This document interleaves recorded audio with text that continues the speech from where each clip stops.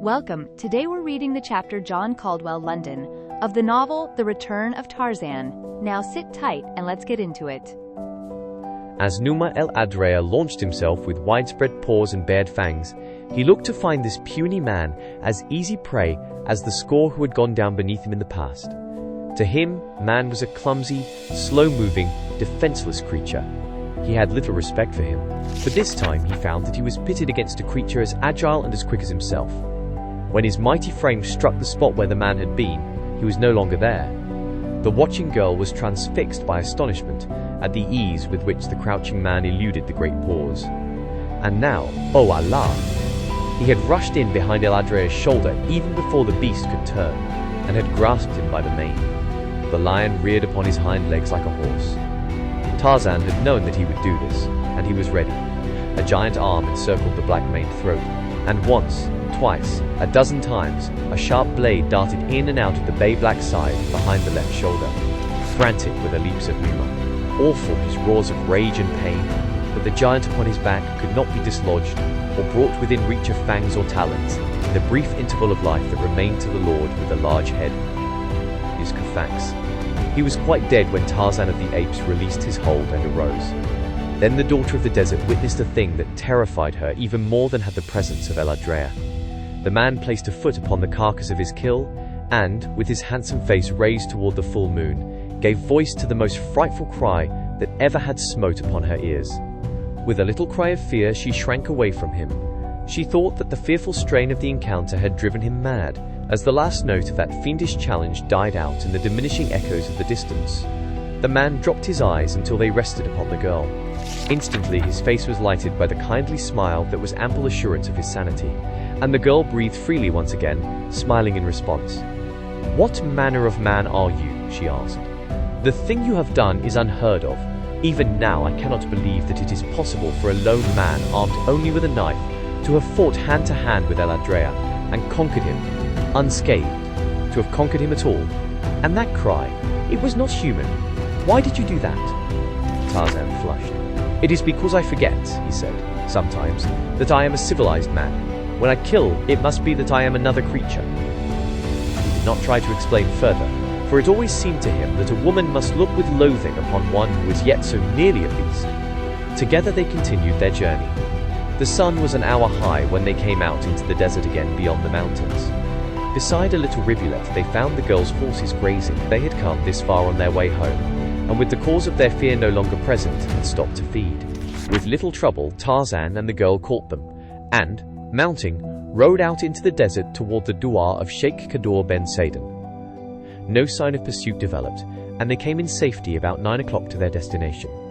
The sheik had but just returned. He was frantic with grief at the absence of his daughter, whom he thought had been again abducted by the marauders, with Philip. With 50 men, he was already mounted to go in search of her when the two rode into the douar. His joy at the safe return of his daughter was only equaled by his gratitude to Tarzan for bringing her safely to him through the dangers of the night, and his thankfulness that she had been in time to save the man who had once saved her. No honor that Kador ben Saden could heap upon the ape-man in acknowledgement of his esteem and friendship was neglected. When the girl had recited the story of the slaying of El Adrea, Tarzan was surrounded by a mob of worshipping Arabs. It was a sure road to their admiration and respect. The old sheik insisted that Tarzan remain indefinitely as his guest. He even wished to adopt him as a member of the tribe, and there was for some time a half-formed resolution in the ape-man's mind to accept and remain forever with these wild people, whom he understood and who seemed to understand him. His friendship and liking for the girl were potent factors in urging him toward an affirmative decision. Had she been a man, he argued, he should not have hesitated, for it would have meant a friend after his own heart, with whom he could ride and hunt at will. But as it was, they would be hedged by the conventionalities that are even more strictly observed by the wild nomads of the desert than by their more civilized brothers and sisters.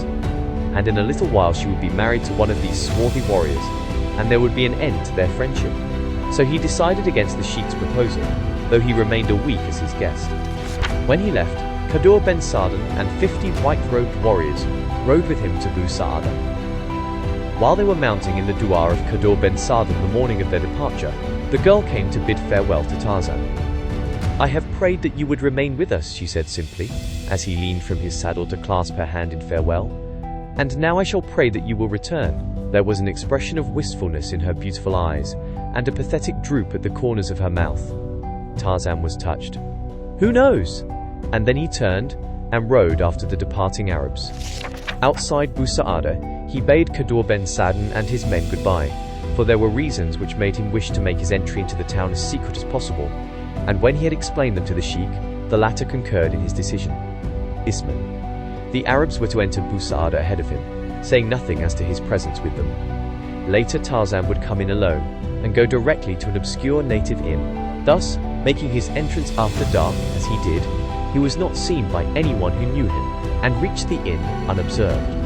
After dining with Kaddour Ben Saden as his guest, he went to his former hotel by a roundabout way, and, coming in by a rear entrance, sought the proprietor, who seemed much surprised to see him alive. Yes, there was mail for Monsieur. He would fetch it. No, he would mention Monsieur's return to no one.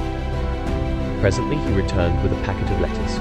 Then one was an order from his superior to lay off on his present work, and hasten to Cape Town by the first steamer he could get. His further instructions would be awaiting him there, in the hands of another agent whose name and address were given. That was all brief but explicit. Tarzan arranged to leave Bou Saada early the next morning. Then he started for the garrison to see Captain Gerard, whom the hotel man had told him had returned with his detachment the previous day. He found the officer in his quarters. He was filled with surprise and pleasure at seeing Tarzan alive and well. When Lieutenant Gernois returned and reported that he had not found you at the spot that you had chosen to remain while the detachment was scouting, I was filled with alarm. We searched the mountain for days. Then came word that you had been killed and eaten by a lion. As proof, your gun was brought to us. Your horse had returned to camp the second day after your disappearance. We could not doubt. Lieutenant Gernois was grief-stricken. He took all the blame upon himself. It was he who insisted on carrying on the search himself. It was he who found the Arab with your gun. He will be delighted to know that you are safe. Doubtless, said Tarzan with a grim smile. He is down in the town now, or I should send for him, continued Captain Gerard. I shall tell him as soon as he returns. Tarzan let the officer think that he had been lost, wandering finally into the douar of Kaddour Ben Saden, who had escorted him back to Bou Saada.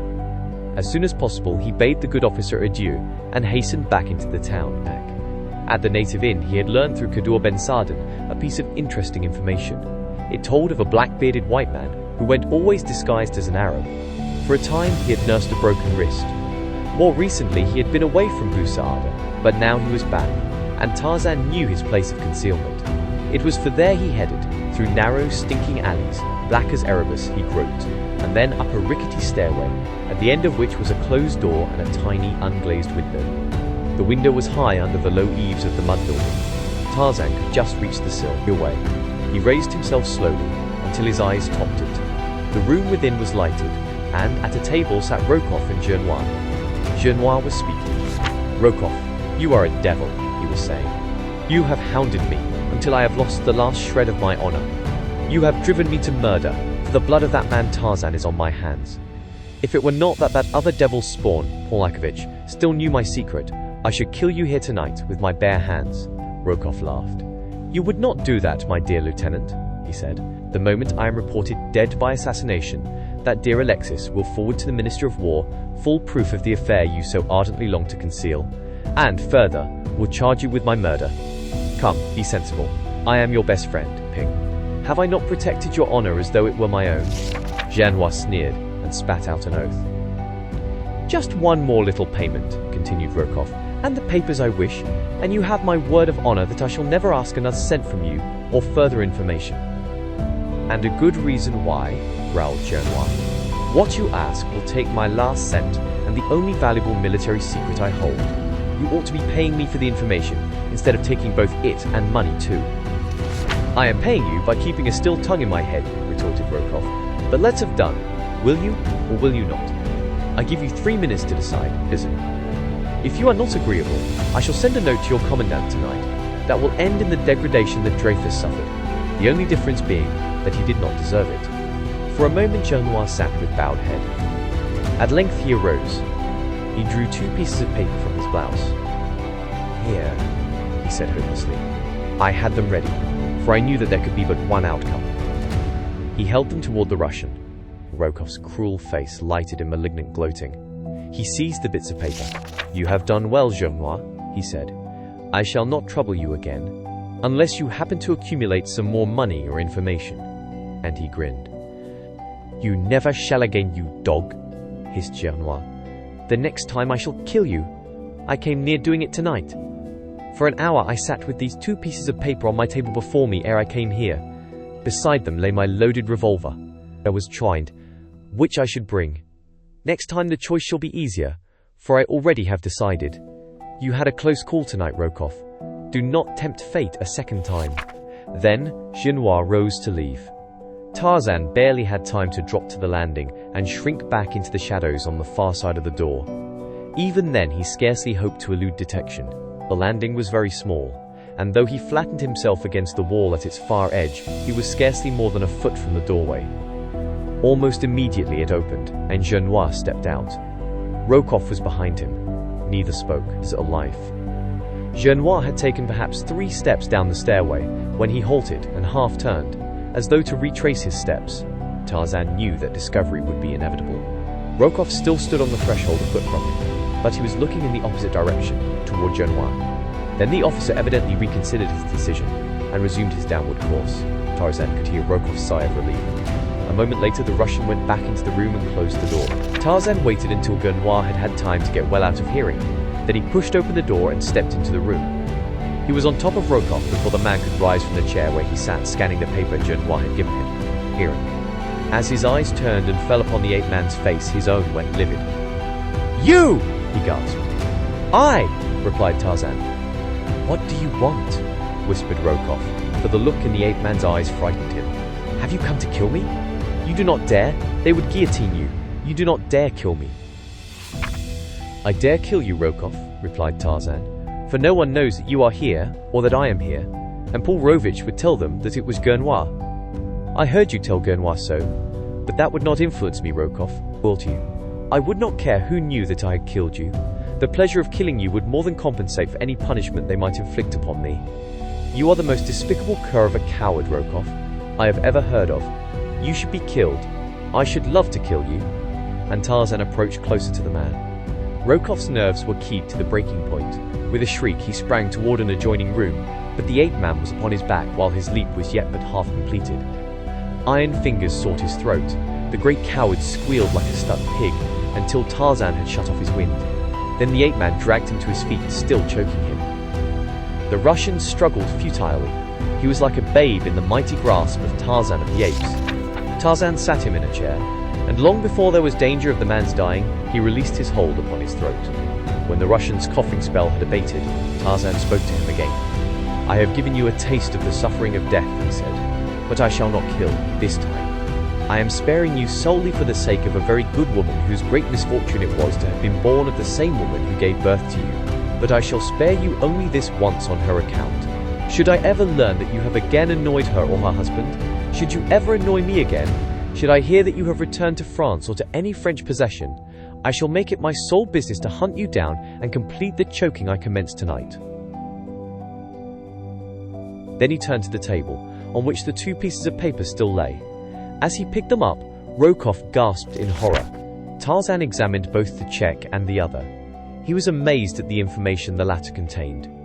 Rokoff had partially read it, but Tarzan knew that no one could remember the salient facts and figures it held, which made it of real value to an enemy of France.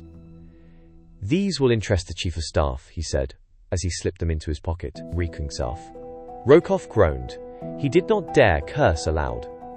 The next morning, Tarzan rode north on his way to Buira and Algiers. As he had ridden past the hotel, Lieutenant Gernois was standing on the veranda. As his eyes discovered Tarzan, he went white as chalk. The ape-man would have been glad had the meeting not occurred, but he could not avoid it. He saluted the officer as he rode past. Mechanically, Gernois returned the salute, but those terrible wide eyes followed the horseman, expressionless except for horror. It was as though a dead man looked upon a ghost. At Sidi Aissa, Tarzan met a French officer with whom he had become acquainted on the occasion of his recent sojourn in the town. "You left Pousada early?" questioned the officer. "Then you have not heard about poor Gernois?" "He was the last man I saw as I rode away," replied Tarzan. "What about him?" He is dead. He shot himself about 8 o'clock this morning." 2 days later, Tarzan reached Algiers. There he found that he would have a 2 days wait before he could catch a ship bound for Cape Town. He occupied his time in writing out a full report of his mission. The secret papers he had taken from Rokoff he did not enclose, for he did not dare trust them out of his own possession until he had been authorized to turn them over to another agent, or himself return to Paris with them. As Tarzan boarded his ship, after what seemed a most tedious wait to him, 2 men watched him from an upper deck. Both were fashionably dressed and smooth-shaven. The taller of the 2 had sandy hair, but his eyebrows were very black. Later in the day they chanced to meet Tarzan on deck, but as one hurriedly called his companion's attention to something at sea, their faces were turned from Tarzan as he passed, so that he did not notice their features. In fact, he had paid no attention to them at all. Following the instructions of his chief, Tarzan had booked his passage under an assumed name, John Caldwell, London. He did not understand the necessity of this, and it caused him considerable speculation. He wondered what role he was to play in Cape Town. "Well," he thought, "thank heaven that I am rid of Rokoff. He was commencing to annoy me. I wonder if I am really becoming so civilized that presently I shall develop a set of nerves. He would give them to me if anyone could, for he does not fight fair. No way. One never knows through what new agency he is going to strike. It is as though Numa, the lion, had induced Tantor, the elephant, and Hishtar, the snake, to join him in attempting to kill me. I would then never have known what minute, or by whom, I was to be attacked next. But the brutes are more chivalrous than man. They do not stoop to cowardly intrigue." At dinner that night, Tarzan sat next to a young woman whose place was at the captain's left. The officer introduced them. "Miss Strong." Where had he heard the name before? It was very familiar, and then the girl's mother gave him the clue, for when she addressed her daughter, she called her Hazel. Hazel Strong. What memories the name inspired.